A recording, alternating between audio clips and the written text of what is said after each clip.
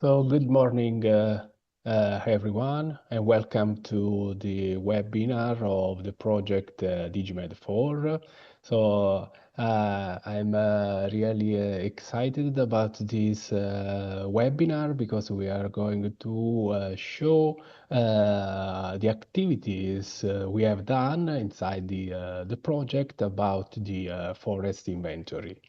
So let me show myself. Let me introduce myself. So I am Luigi Saulino. I am a researcher in forest ecology at the Department of Agricultural Science of University of Naples. And here I am the leader of the project coordinator of DigiMed4. So the project is funded by European Commission, and the project is related to the development of tools and technologies for the sustainable management of forest resources. We started on the 1st June of 2023, and then we are almost at the end of the project. We are in the 30 years of the project. So the consortium is composed of 21 beneficiaries from 11 countries around Europe. The majority of them come from the Mediterranean area, so that we focus the attention on the forest in the Mediterranean area. Then well, just to give me a few times to give the context and the objectives of the project, because today we are going to show the activities related to inventory of forests. And this is one of the first objectives of the project, because as you know, the first point to monitor of related to the monitoring of the forest start from the collection of information about the forest, and in this case we try to collect and develop tools to collect information about the forest from local forests, and we also try to combine traditional tools used for inventories of the forest, like forest management plan, with digital technologies. So we worked also on traceability and qualification of wood resources, and also in the last objective was related to decision making. And then we collect all the information about the forest, and we developed some tools to take decision inside the forest.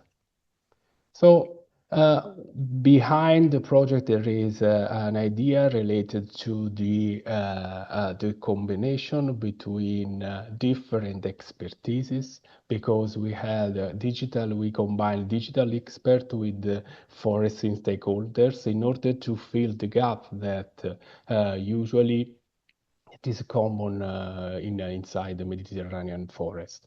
So this case, in this project, we are going to develop some technology to increase the inventory, the monitoring of the forest, with special focus in collecting information at local level, at local scale, and we collect some forest attribute useful for managing of the forest. Then we also the activity related to traceability of wood are also used in to cope with forest illegal practice, and then also to optimize the certification and the management of the forest, and also the ecosystem services. So just to give a short description of the work packages inside the project, because the project is divided in 7 work packages, and the management of the project is in the hand of the Urina department. And here today we are working about the activity development inside the work package 2, then led by CERT. What we had also inside the project, we organized some. We had 4 pilot sites around Europe, Mediterranean Europe, one in Greece, one in Italy, and 2 in Spain. We already shown some activities. We did some dissemination and demonstration activities in Greece and in Italy, and also in Spain related to ecosystem services. So this is just to give all the attended here the information about how we can you can follow the activities of the project, and also if you want to bring us and to participate. Then we had also some replication sites around Europe where we are going to show again the tools and to also to collect information from the stakeholders, from people that use these technologies tools. So that's all from my side. I would like also to invite you to follow us on project website, and also to follow us through the social media, and to follow us, because we are going also to organize additional webinar in the following times. So thanks all for your time, and I'm going to give the floor to Theo from CERT, that will Yeah. discuss about the activities of forest inventory. Thanks all. Okay. Thank you, Luigi. Let me share my screen. Okay. Can you see the screen? Okay. Now, yes.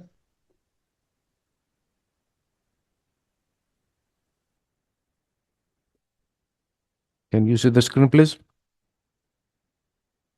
Yeah. Yes, we can Okay. see. Okay. Thank you. Good morning. My name is Theo Chinese from CERT, and we are going to talk about the pilot that we had with Kavala municipality in the Limnia Forest. There is a lot of material, so I will go through it very quickly, but Annalisa will share the material to you as a toolkit for you. Okay, we have used 4 tools. This is the polygon. It's 7 hectares. Okay. And the first tool is the drone. The purpose of this drone tool is to autonomously capture high resolution aerial crown images that are processed through a YOLO-based AI pipeline to detect individual trees and perform calculation and get all the variables regarding the position, height, pitch, volume, species, crown area, the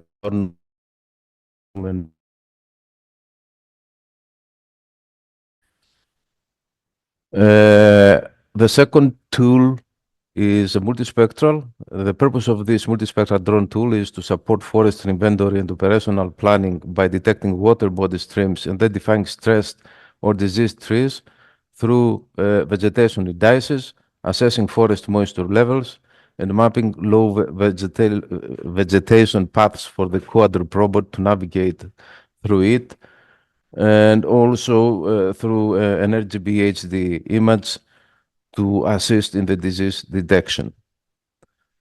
Okay, you can see here some multispectral.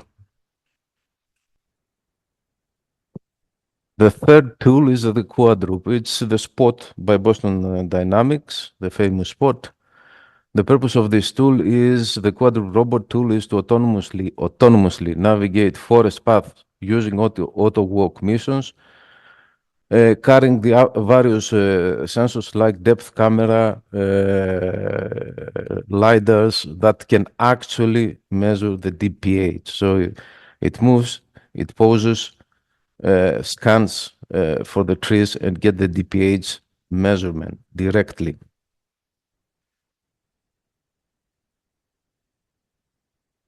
And the third tool is an app developed by TrusteamApp. It's a partner in this project is to demonstrate the usage of the app in Limnia Forest management, inventory, and to provide feedback to TrusteamApp team in calibrating the app for Limnia Forest tree species. Now, what we are going to do is to demonstrate some short videos, 5 minutes each. Sorry to go very fast, but the time is very limited. This is about the multispectral.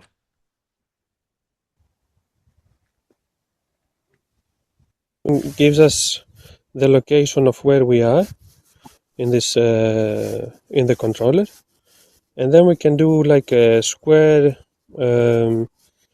area of the location of where we want to scan. So we click on a couple of points. This is our location where it says H,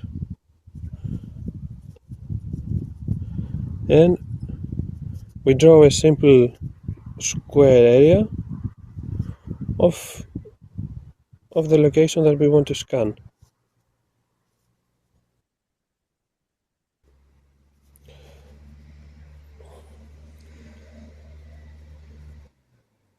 Then we choose our drone from the list, and we also select the option of RGB and multispectral camera, and we press OK. We can define the maximum altitude that the drone will fly, the safe takeoff altitude, the speed of how fast the drone will fly, and depending on the speed, it also makes the depending on the speed, you get more pictures, more images within this area. This is for the multispectral tool, okay? So you can adjust the speed accordingly, or how accurate you want. How accurate you want the scanning to be. And upon completion, you can define what you want to do with the drone. So we click on return to home. In terms of the altitude mode, here we use the relative to takeoff point. So it uses a standard, it flies, the drone will fly at a standardized maximum altitude of, for example, 100 meters. We can define that to less, or we can use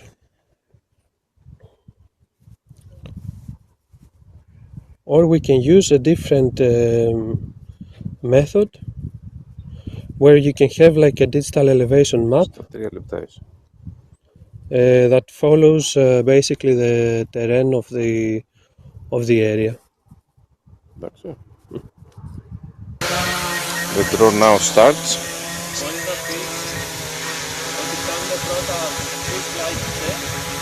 And now we perform a pre-flight test on the drone.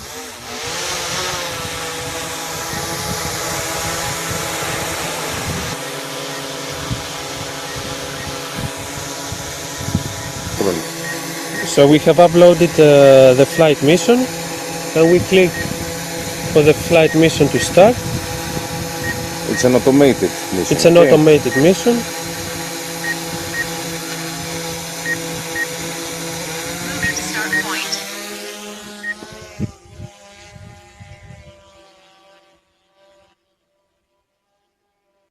Yeah, it's far away now. It's 100 meters. And the drone now starts sweeping the area that we have selected. It went behind the trees. Arrived at start point. Starting task. Yeah, it says here starting the task, and we can see how it progresses.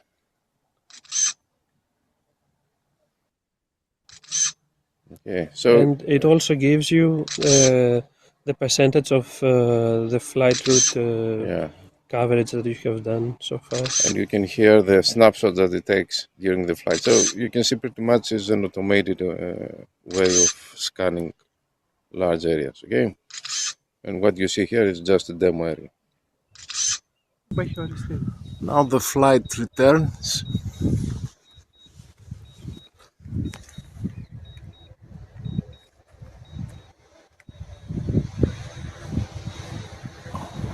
As you can see,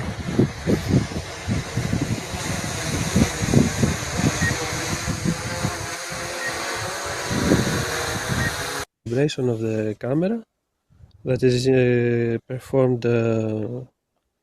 before and after the flight. It's important to understand we need to make radiometric calibration for the camera to work properly. The total synthetic one. It's not the bad images, but a synthetic from the 4 bands. The red, the green, the red edge, and the near infrared bands. Okay, I think this is it. Please remember, if you want to have proper results from the multispectral camera, you need to make radiometric calibration prior and after. If you don't do that, you don't get good results. This is the message from here. Okay, let's go to the next video regarding the quadruped.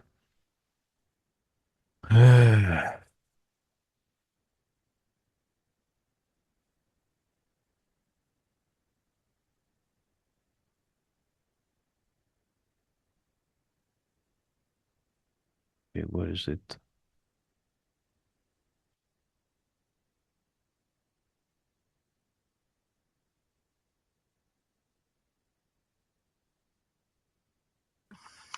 This is a short demo how to mount the payload on our Boston Dynamics robot.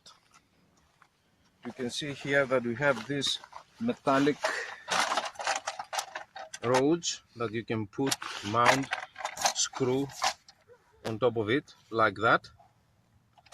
You can see here that it has some fittings for the screw to come into, and it's quite rigid. Okay. Now regarding the payload that we used, the payload consists from a LiDAR VL16. This is a GPS and orientation. It is placed like this. Okay, so when the robot poses against a scenery, it gets the LiDAR, an HD camera, and the position orientation, the GPS position orientation of the robot. So we know exactly where the robot is and what is the orientation of it. Now we come to the payload. The payload, okay, you have here the power and the data transmitter from the LiDAR and the cameras and the GPS. This is a portable CPU unit, and this is a power, external power. You can also get power from here, but this is for simplicity reasons. So it's important to understand that this is a do-it-yourself approach, okay, to minimize the cost. Let's continue. Okay, now we are going to display how to make a recording of an auto walk. You can see there is a menu. We have placed the robot in the start of the mission with a fiducial. Okay, and now the operator here will start recording. Recording means that you will guide the robot from a fiducial to the rest of the fiducials you can see over there, perform any poses that you wish for, and then return it back, and then you have a ready to replay mission. The operator instructs it to make a pose. Yeah, press that, the plus. Ναι.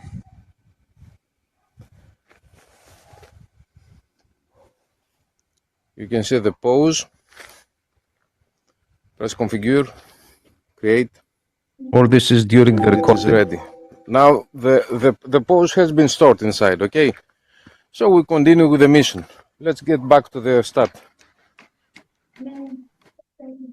Good, let's say like a kiosk, small kiosk. Because if you have the sun from the opposite, from here, then you will have problem viewing that. So you need to make a proper post, not to have any kind of reflectances, and also if you want high quality of missions, never for the robot to get lost, you can use let's say GPS. Let me explain a little bit about that. Okay. Here you can place the EP2 payload. This is a commercial payload. It has a specialized LiDAR, navigational LiDAR, and the specialized RTK GPS. Okay. Of course, when you have the commercial, you need to percuss it. Okay. Once you have that, you really don't need so many fiducials.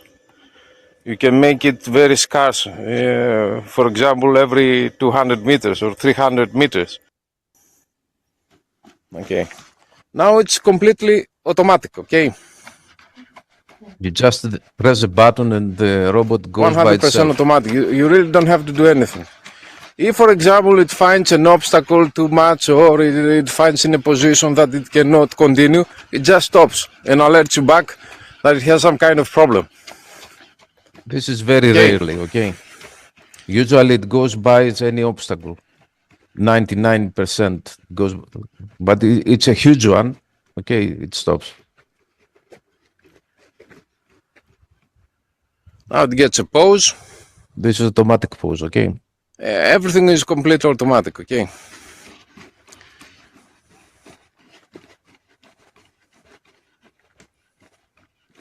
It goes to the second fiducial. Again, if you have GPS, you really do not need so many fiducials, okay? That's it from these tools. Now I'll give the floor to Vasilis to continue. As I told you, sorry, but the time is very, very limited. Thank you. Vasilis, if you may. Hello, I'm Vasilis Karpakis, and with my colleague Sofia Ionidou, we had to make the coverage with drone of the project area from very low elevation level. In the following video, you will see, I will explain how we worked and what were the difficulties we faced. Just a moment.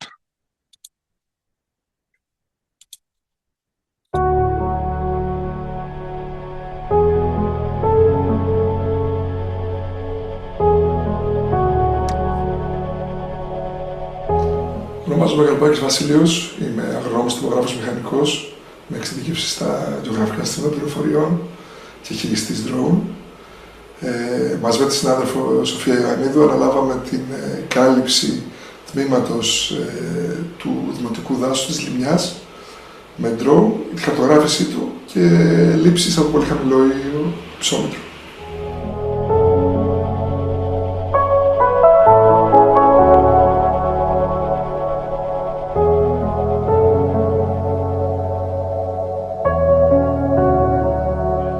Ο σκοπός της λήψης των φωτογραφιών υψηλής ανάλυσης στο DigiMedFor ήταν να συλλέξουμε υψηλής ανάλυσης φωτογραφίες από χαμηλό υψόμετρο, πολύ κοντά στις κορυφές των δέντρων, ώστε να μπορούν να χρησιμοποιηθούν για την αναγνώριση και κατηγοριοποίηση των δέντρων. Τα δεδομένα που συλλέξαμε ήταν υψηλής ανάλυσης φωτογραφίες, καθώς επίσης και δημιουργήσαμε DSM και ορθοφωτοχάρτες. Τα στοιχεία αυτά χρησιμοποιήθηκαν αρχικά για να κάνουν κατηγοριοποίηση ο δασολόγος μέσα σε συγκεκριμένο πλαίσιο.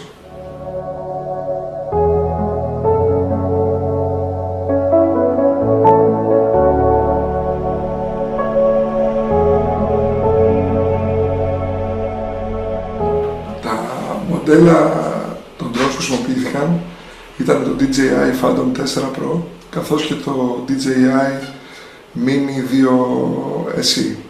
Τα δύο αυτά drone, το δεύτερο χρησιμοποιήθηκε κυρίως επικουρικά, το Phantom χρησιμοποιήθηκε γιατί έχει μηχανικό κλίστρο, έχει global shutter αισθητήρα, έχει αισθητήρες απομάκρυνσης από εμπόδια και είναι γενικά ένα drone το οποίο χρησιμοποιείται τα τελευταία 10 χρόνια συνεχώς σε φωτογραμμετρικές λήψεις.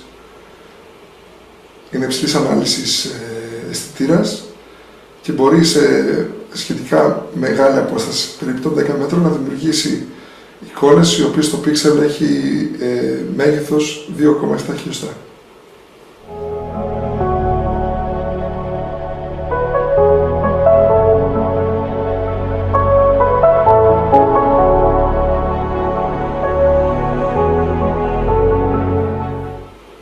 περιοχή μελέτης στο δάσος της Λιμνιάς υπάρχει πολύ έντονο ανάγλυφο. Υπάρχουν δέντρα τα οποία έχουν διαφορετικά ύψη και γενικά είναι μια περιοχή που δεν μπορεί να γίνει εύκολα η κάλυψη με αυτοματοποιημένη πτήση σε τόσο χαμηλό υψόμετρο, τόσο κοντά στα δέντρα. Το πρόβλημα αυτό το αντιμετωπίσαμε στην πρώτη αυτοματοποιημένη πτήση που κάναμε, κατά την οποία, επειδή στην αυτοματοποιημένη πτήση δεν υπάρχουν κάποιες στήρες δεν χρησιμοποιούνται, είχαμε πρόσκρουση σε δέντρο. Οπότε είχαμε μια διαδικασία έβρεσης του drone μέσα στο δάσος, με ό,τι αυτό συνεπάγεται, καθώς και καταστροφή πτερυγίων του. Για να το λύσουμε αυτό, κάναμε πτήσεις σε μεγαλύτερο υψόμετρο, καλύψαμε όλη την περιοχή, δημιουργήσαμε ένα ανεξάρτητο DSM, το οποίο να μην είναι υψηλής ανάλυσης, και μετά με βάση αυτό το DSM κάναμε πτήσεις σε χαμηλότερο υψόμετρο, πολύ κοντά στις κορυφές, ακολουθώντας το ύψος των κορυφών των δέντρων.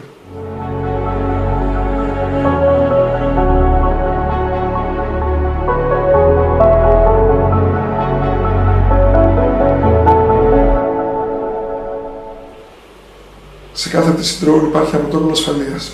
Τα βασικά στοιχεία του είναι ότι θα πρέπει να υπάρχει και υπάρχει κανονισμός βάσει ελληνικής νομοθεσίας. Οπότε κάναμε το σχέδιο πτήσης, το παρουσιάσαμε στους κατάλληλους φορείς. Μετά η πτήση έγινε σε θυματοποίηση της όλης περιοχής, ώστε να μπορούμε να είμαστε σίγουροι ότι υπάρχει οπτική επαφή με τον drone, και υπήρχε δυνατότητα να γυρίσουμε το χειρισμό στο μάνια, στην περίπτωση που ήμασταν πάρα πολύ κοντά στα δέντρα. Το drone ούτως ή άλλως υποχρεούται ο χειριστής να είναι ασφαλισμένο και παράλληλα υπάρχει και ασφάλεια αστικής ευθύνης. Οπότε μέσα από όλες αυτές τις διαδικασίες τηρήσαμε όλους τους όρους που χρειαζόταν ώστε να είναι ασφαλής η πτήση και να μην προξενήσουμε κάποια φθορά στο δασικό τοπίο.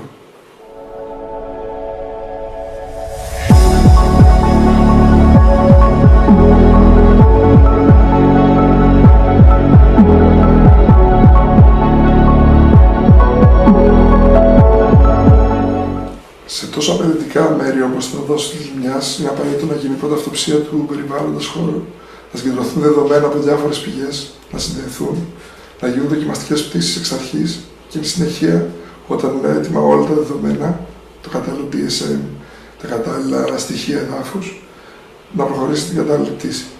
Τα drone γενικά ήδη χρησιμοποιούνται σε μεγάλο βαθμό σε δασικά περιβάλλοντα. Και γενικότερα με την ανάπτυξη των μπαταριών και όλων των στοιχείων των drone θα είναι ακόμα πιο εύκολο να χρησιμοποιήσουμε σε τέτοιες μελέτες.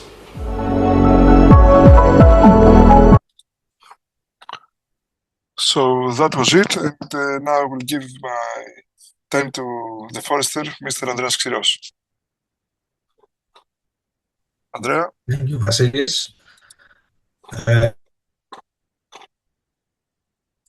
Name is Andreas Xiros.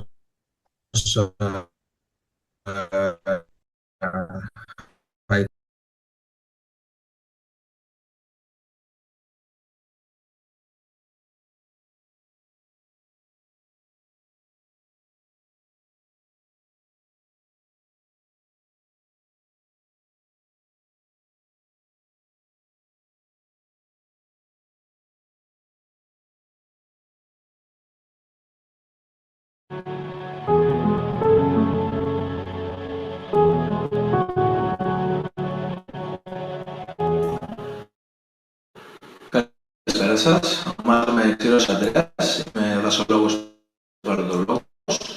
Στο πλαίσιο του DigiMedFor, ο ρόλος μου ήταν να βοηθήσω στην αναγνώριση ειδών που συναντούνται στη δάσο της Λιμνιάς, τα μοντέλα AI, και παράλληλα να αξιολογήσω εκτίμηση του συλλαβαίνω με την κρίση της εφαρμογής και της άνθρακα, όπως ορίζει και η ευρωπαϊκή πολιτική.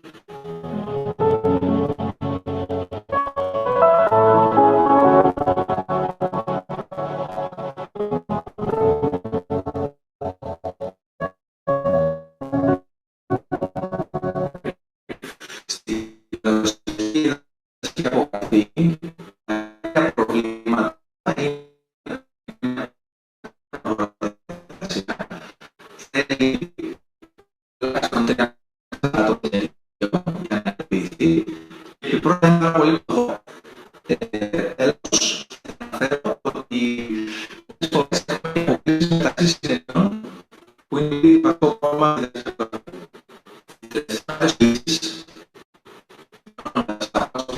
για τη συλλογή δεδομένων, παρέχοντας ταχύτερες μεθόδους για τη συλλογή δεδομένων και πλήρη ψηφιακή γλασσιμότητα και τελικώς την κατεύθυνση των κορμών με ένα τυποποιημένο τρόπο, ο οποίος μας κερδίζει χρόνο και χρήμα.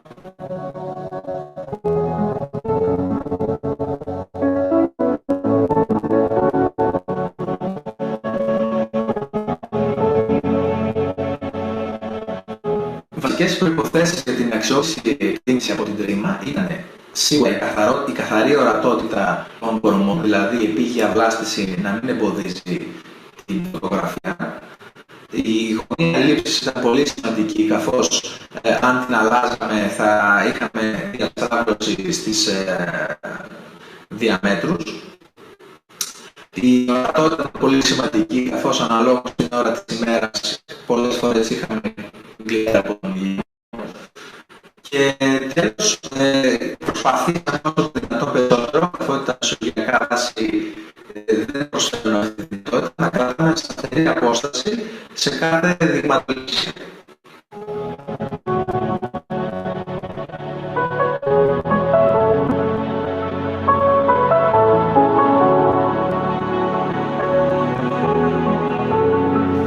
Πλεονεκτήματα που συναντήσαμε είναι η γρήγορη εξαγωγή βασικής επιφάνειας, είναι η εκτίμηση των διαμέτρων, ειδικώς σε δέντρα που ήταν ευθυτενή, και κάτι που με εντυπωσίασε ιδιαίτερα ήταν η offline λειτουργία, η οποία επέτρεψε την ομαλή εργασία ακόμα και σε πλαγιές και κλίσεις που η κάλυψη σήματος δεν ήταν επαρκής. Μείωση των διαφορών μεταξύ χειριστών, κάτι που είναι πάρα πολύ δύσκολο να επιτευχθεί στη δασική απογραφή.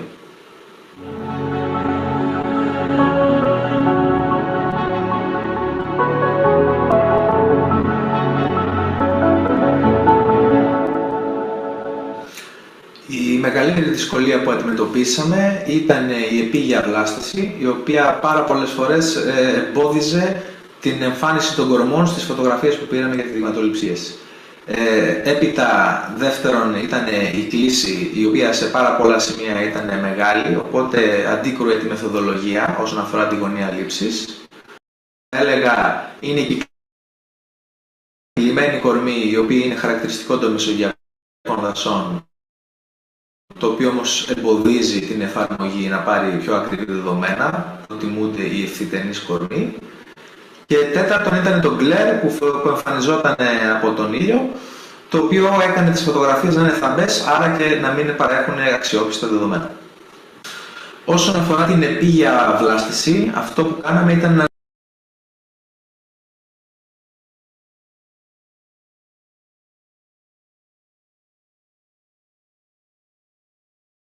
πρόβλημα βγήκαν από τις δειγματοληπτικές φωτογραφίες. Και τέταρτον, βάζαμε το σώμα μπροστά με σκοπό να μειώνουμε το glare από τον ήλιο.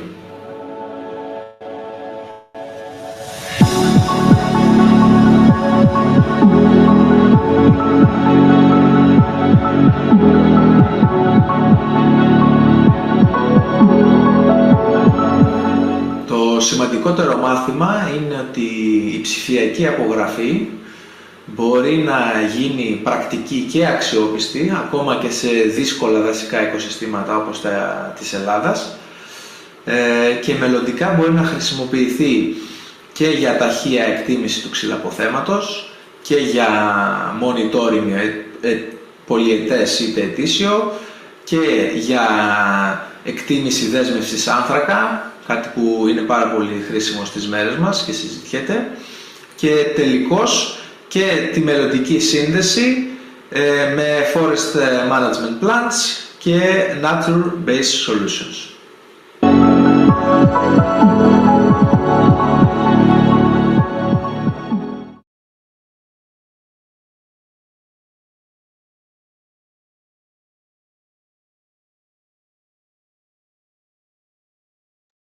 Andreas, have you finished? video gives a general idea about what we did. I have more information, but I'm waiting for the Q&As. Okay. Now we'll start very quickly a Q&A. Basically, the last two videos presented some approach on the problems and the questions and the answers that we gave. Now I'm going very quickly to present on multispectral and robotics problems that we have faced. Okay, let me share a little bit. And then we will move on to the audience section.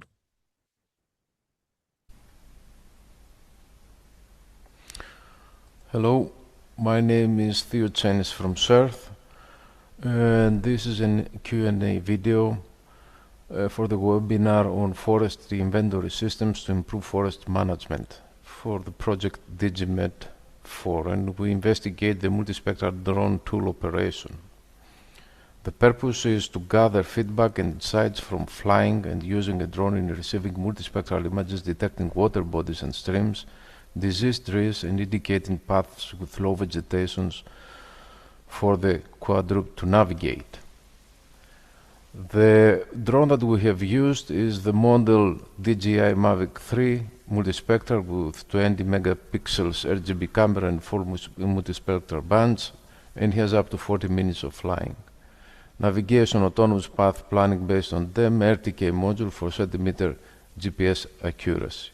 Coverage, we have taken more than 2,000 multispectral images collected across the polygon in Limnia Forest in Kavala of 7 hectares, and has good stability, 360 obstacle avoidance, reliable flight in moderate with wind with robust stabilization. Regarding the data quality and processing, image quality consistently good to excellent after tuning flight altitude and camera settings, challenges with wind and poor initial test runs. This is important about the calibration. Always do radiometric calibration performed before and after flights, critical on vegetation, dust and water detection accuracy. Environmental impact, daylight and sunlight affect spectral readings, flight schedule across season times for comprehensive data and higher accuracy. And pretty much the uploading is straightforward and automatic to a Google Cloud. Analysis pipeline and use cases, vegetation indices. We have used NDVI, NDRE, GNDVI, NDWI, AWEI computed, and we did all that for mapping tree health, water bodies, stream detection. Why not using satellites? Satellites are excellent tools, but they do not have good resolution. Okay, and also it's very hard to have satellite in 5 or 10 meters accuracy over multispectral. Okay, path planning, low vegetation detected for quadruped robo navigation pipelines integrates drone and on-ground data. So you can find the low vegetation path and you can use them for the quadruped to plan its path. Database, all spatial results stored in PostgreSQL. The database used are very robust, trustworthy, and the whole package proved to be quite trustworthiness. Operational challenges and solutions, terrain and weather, frequent rain and wind affected scheduling, careful planning and flexible team response maximize flight opportunities, vegetation density, small water bodies under dense canopy hard to detect, short-wave infrared high-spectral cameras recommended for future missions, flight stability, manual control at low altitude, plus optimized settings, minimized motion blur and enhanced safety. Accuracy, always use RTK GPS. It's mandatory for having excellent precision. Drone hardware, what you need to have in mind. It's excellent to use shortwave infrared cameras, hyperspectral. It has the biggest, let's say, sensitivity over water. Okay, flight strategy, because we are flying in low altitude, have in mind that we have a lot of reflections from the sun in different angles and all this stuff. So use orbital or scan in various angles to have always high accuracy. About the forest management, leverage drone imagery and pipeline indices for actionable insights in forestry, wood industry, and conservation. Thank you very much. Now the second Q&A on the quadruped.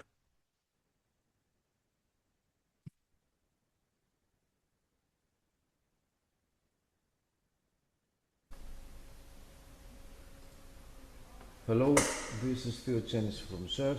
This is another Q&A video regarding the webinar on forest inventory systems to improve forest management. And we examine the tool quadruped robot and annotation. The purpose is to gather detailed feedback and observations from operating the spot quadruped robot during forest auto walk missions, including data capture, navigation, troubleshooting, and operational logistics. Also to gather feedback and insights from annotating forest crown tree and ground robot images using an online tool. Now, the quadruped robot field performance. It has an excellent stability. It can go almost anywhere. The payload that we used is a LiDAR, an HD camera, and we also use some optical bandpass filters, mini PC, GPS and robot orientation logger, and Wi-Fi for autonomous missions. The battery was 45 minutes roughly, and okay, you can use self-docking, and it has a feature of swappable batteries, enabled longer missions. Environmental adaptability, okay, it functions in a wide range from -20 Celsius to 45 Celsius, and it is IP54 rated. Now, the mission that navigation, the data capture, again, we are the same polygon. The auto-walk missions operator records routes, robot replay with SLAM 5 depth cameras and fiducials for precise localization. The fiducials were the April tags, you can see them in the middle of the slide, and also regarding the data quality, LiDAR points with aligned HD images you can see on the right, an image with the LiDAR and the image aligned. And the connectivity is a usual one. Google Cloud automatically uploads data. Challenge and lessons. Localization. Dense canopy, poor GPS, and sun glare on fiducials cause loss of localization. What this means is, okay, use navigational LiDAR and GPS. Okay, if you have that along the fiducials, you never lose path. Okay, obstacle handling. Okay, and sometimes when it lose, you can put a 4G or something remotely to alert you. And the battery management, okay, it's very, very good to start using recharging docks planned inside the forest. Recommendations and future steps. We need to use RTK.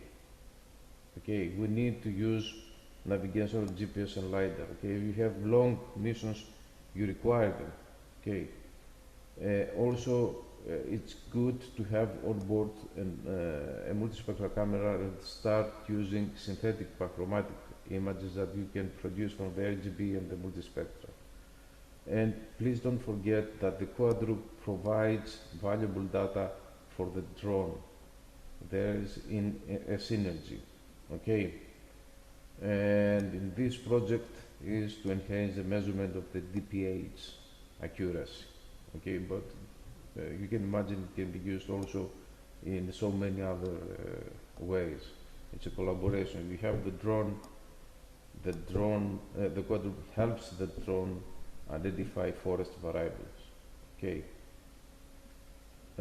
Now, regarding the image annotation, what I will focus on is you need to have seasonal images. Okay, you have some trees that behave in another way. They have a foliage or they don't have a foliage in autumn or in spring. It's good to have many images from various seasons in order to have very, very good accuracy, especially on stratified forests. Okay, we are not talking about cultivated, we are talking about stratified natural forests. Increase the megapixels in your camera. And in some case, if it is bush-alike forest, like the juniperus, try not putting in 90 degrees, try putting in 80 degrees or something like that. This is image annotation for both crown and ground images. Okay, thank you very much. Okay, thank you all. Just 30 seconds, and Annalisa, give the floor to you. So eventually, all these are good, beautiful. And what do you get about that? You get this. This is a constantly updated map. So you have someone that wishes to go and, let's say, harvest an area and say, click here, and you get all the data. Okay. As you can see, the drone and the, okay, this is not, we need to run some additional runs on that, but this is what you get.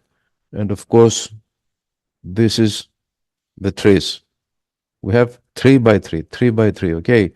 So the businessman wake up and say, okay, where can I go and cut some trees? Of course, in collaboration with the management of the forest and et cetera, et cetera, et cetera. Click here, okay, wow, what we have this density, we have this DPH. Is it good for us? Yes, super. Let's apply. Thank you.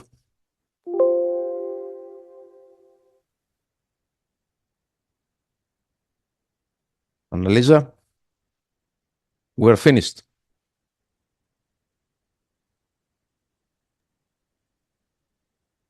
Okay, thank you all the speakers for your interesting presentations. We apologize if there were some technical issues. And we would actually like to invite all the participants to make their own comments, questions in the chat. So please go forward with all your comments and questions about all that you heard today during the webinar.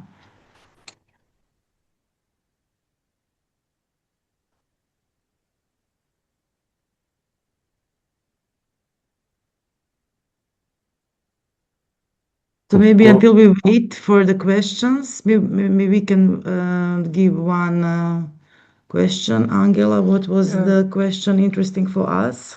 Considering, hello everyone, considering Trestima app, does the height of the person measuring and their distance from the tree affect the accuracy of the measured height? Are there any precise instructions on how to obtain reliable data?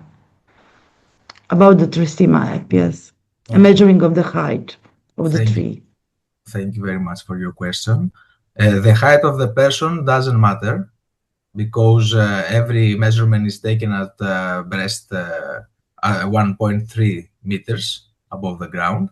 So every measurement is the same. And the distance, we try to keep the same distance to every photo we take so that we don't have this wrong calculation that you pointed out. And also the Trestima application matches the distance and creates smaller circles. Therefore, it helps not.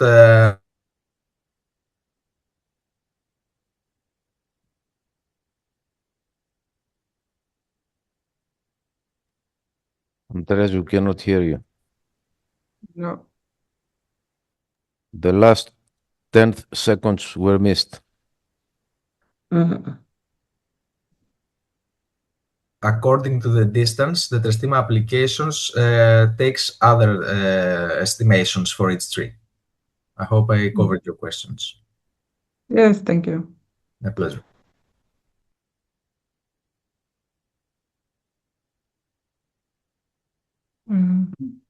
No questions yet. Maybe you can answer on the quadruped robot. How does the robot navigate very steep terrain where access is very difficult for humans? Can the robot take measurement? Okay, Nastasia. Can the robot take measurements on its own without a human going in that part of the forest? Okay. Maybe it's a question for. Yeah. The robot has several gait, let's say, flavors. And when I mean gait, I mean how it goes. So you can minimize its body distance from the body, okay, to be lower. And then you can use the crawl gait, where it constantly use 3 legs in every steps. So when it walks, it has 3 legs on the surface and it moves with one. It's very stable like that. Okay. And it requires 70 centimeters of path to go inside. If you don't have that, it simply doesn't go. I think even human cannot go over there. But if you do that, you can exceed the 30 degrees incline that the company dictates, and we have reached that up to 45. It's like this. Okay, it's very steep, and it doesn't care if it has holes, whatever. It's quite robust. The main problem is not to get lost the robot. So, okay, we had a specific budget. Okay. If you wish to have everything super wow ready, just add the navigational LiDAR and the GPS. It's impossible to get lost because you have the fiducials, you have the LiDAR, you have the GPS. It's simply impossible, okay? Yeah, sounds good. Thank you. So we had one question from the chat, from the Croatian participant. I don't know, maybe we partly answered. The question is also about the robot. Did you have problems with its ability to move through a dense vegetation and a karst type of terrain? Karst type of terrain, like with lots of stones and rocks. No. We have tested. I think I have uploaded several videos in Zenodo. Glad to send all the links to Annalisa and then to send it to the audience. It doesn't care about that. But, okay, it's not possible to have partial bush and with some magical way the robot to cut through the bush. It's like a human. If you find the bush, you don't go anywhere. It needs a corridor, even a small one, 70 centimeters. Okay. Also, if you have a lot of grass underneath the robot, it doesn't care about that. But you need a path, okay? It's not somehow it's going to output a cut knife and starts navigating through the bush, okay? Into the bush, okay? Thank you, Theo. I can also demonstrate some pictures if you want with the ground vegetation. Yeah, no problem.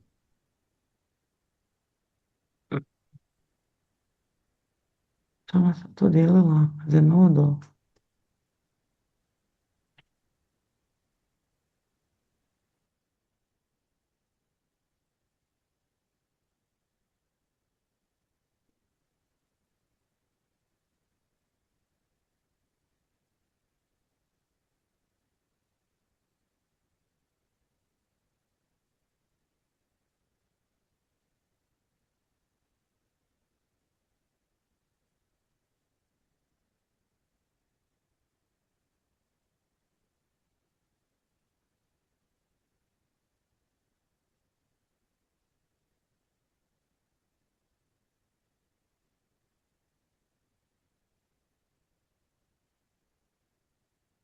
Yes, I can send the links to Annalisa.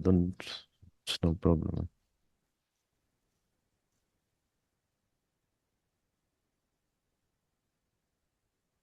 I will share the links. There are several videos on the node, okay? But please remember, the king here is the drone, okay? The robot is a synergy. It provides higher accuracy. For example, in this project, we had to do that, the DPH, but eventually, because the robot has also a hand, it can go and get some samples from the soil. So Okay. maybe it's the best to combine those two technologies. Yeah, it's a synergy, okay? Yeah. It's a synergy.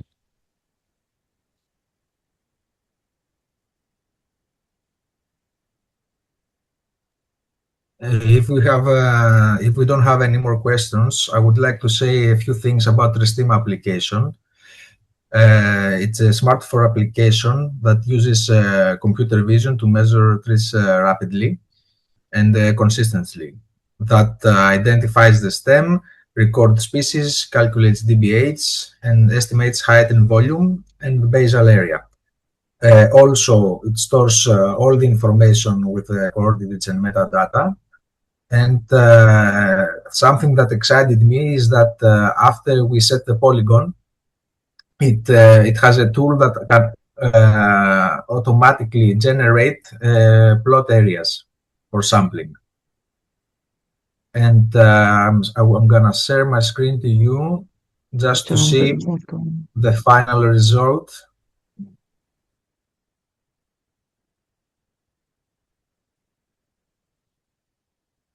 This is the forest inventory. We have every important measurement here. We have mortality and very important. Andrea, we cannot see the screen. Andrea, we cannot see the screen. Your screen. Okay. Can you see the Try screen to now? share again it. Okay. Okay. Can you see now? Yes, we can see your screen now. Thank you. Okay. This is the results, the forest inventory with all the important measurements, the forest mortality, and very important for in our period of EU guidelines for carbon storage. This can be used for MRV, for monitoring and reviewing carbon sequestration for nature-based projects.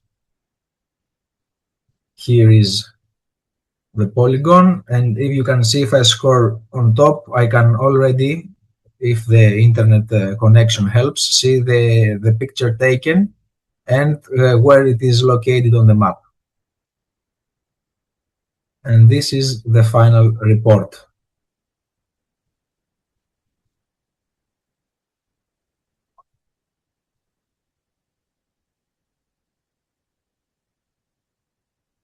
As a forester, for me, it has been a very valuable and useful tool because in the national forest inventory of Greece that I was participating, I had to collect data from 100 sample plots, and I needed 3 to 4 people months of field work, long travel distances, significant costs, fuel, accommodation, equipment, and above all, a lot of time.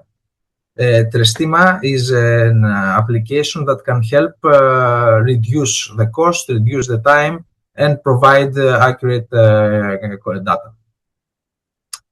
That's what I would like to say. Thank you.